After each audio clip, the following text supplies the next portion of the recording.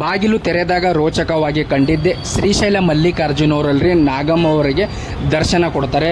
So ಅವಾಗ ನಿನ್ನ ಭಕ್ತಿಗೆ ನಾನು ಮೆಚ್ಚಿದೆ, ನೀನು ಏನು ವರ ಬೇಕು ಕೇಳು ಅಂತ ಮಲ್ಲಿಕಾರ್ಜುನವ್ರು ಹೇಳಿದಾಗ ಇವಾಗ ನಾಗಮ್ಮವ್ರು ಏನು ಹೇಳ್ತಾರಪ್ಪ ಅಂತಂದ್ರೆ ನನಗೆ ವರ ಏನು ಬೇಡ, ಸೊ ದಿನಾಲೂ ಬಂದು ನೀನು ದರ್ಶನ ಕೊಡಬೇಕು, ಅಲ್ಲಿವರೆಗೂ ನಾನು ಊಟ ಎಲ್ಲ ಮಾಡಲ್ಲ ಅಂತ ಹೇಳ್ತಾರೆ. ಸೊ ಅವಾಗ ಏನು ಮಾಡ್ತಾರಪ್ಪ ಮಲ್ಲಿಕಾರ್ಜುನ, ಸರಿ ಆಯಿತು ನಾನು ದಿನಾಲೂ ಬಂದು ದರ್ಶನ ಕೊಡ್ತೀವಿ, ಇವಾಗ ನೀನು ಮನೆಗೆ ಹೋಗು ಅಂತ ಹೇಳ್ತಾರೆ. ಮನೆಗೆ ಹೋಗೋ ಟೈಮಲ್ಲಿ ನೀನು ಹಿಂತಿರುಗಿ ನೋಡೋಕೆ ಹೋಗಬೇಡ, ಹೋಗು ಅಂತಾರೆ. ಸೊ ಅವಾಗ ಊರಿಗೆ ಹೋಗೋ ಟೈಮಲ್ಲಿ ಕನ್ನಡಿಗ ಊರಲ್ಲಿ ಏನು ಮಾಡ್ತಾರಪ್ಪ ನಾಗಮ್ಮವ್ರು ಅಂದರೆ ಹಿಂತಿರುಗಿ ನೋಡ್ತಾರೆ.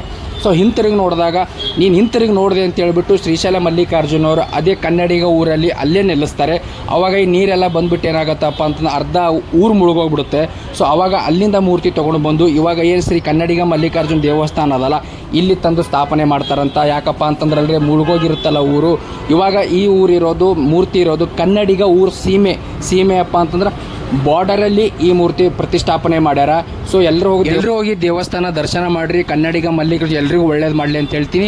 ಈ ವಿಡಿಯೋ ಆದಷ್ಟು ಎಲ್ರಿಗೂ ಶೇರ್ ಮಾಡಿರಿ, ಫಾಲೋ ಮಾಡಿರಿ, ಹಂಗೆ ಲೈಕ್ ಕೂಡ ಮಾಡಿರಿ.